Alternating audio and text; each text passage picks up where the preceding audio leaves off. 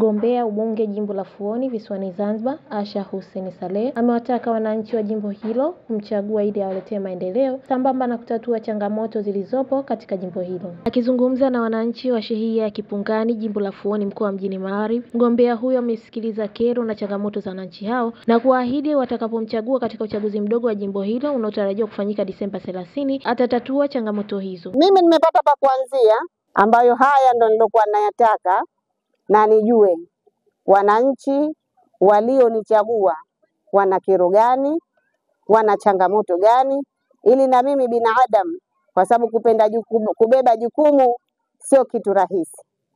Kwa hiyo nikasema nianze sasa kwa kusikia, baadaye tukae pamoja ili kutatua hizo changamoto. Hamza Chilo ni mjumbe wa halmashauri kuu ya CCM Taifa, amesema jimbo hilo limeletewa mgombea makini atakayeweza kuwasemea changamoto zao ndani ya bunge la Jamhuri ya Muungano wa Tanzania. Tuna mambo ya vijana yanatakiwa akasemwe kule.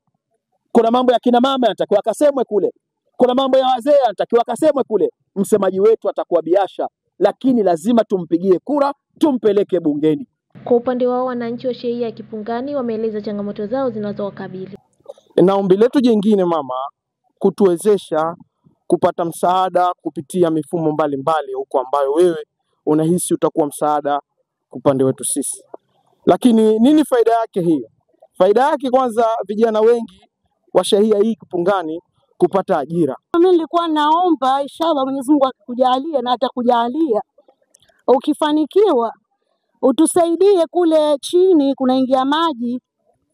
Kwa hiyo utusaidie, utuwekee mitaro ili tuendelee kustirika. Kwa shehia yetu ya Kipungani tutakuwa tuna mama wawili. Mkichangia na mie mtoto wenu balozi wenu. Na waomba uwasimamie wadi yetu ya Kipungani na siye ipate kipaumbele kupata hiyo mikopo. Watu wanadhalilika. Uchaguzi huo mdogo ni kutokana na mgombea wa awali wa jimbo hilo kufariki dunia. Hivyo wananchi wa Fuoni wanatarajia kupiga kura ya kumchagua mbunge Disemba 30, 2025. Mtazamaji wa ZanTV TZ Online, toa maoni yako kuhusu video hii. Usisahau kusubscribe, kulike, kushare na comment.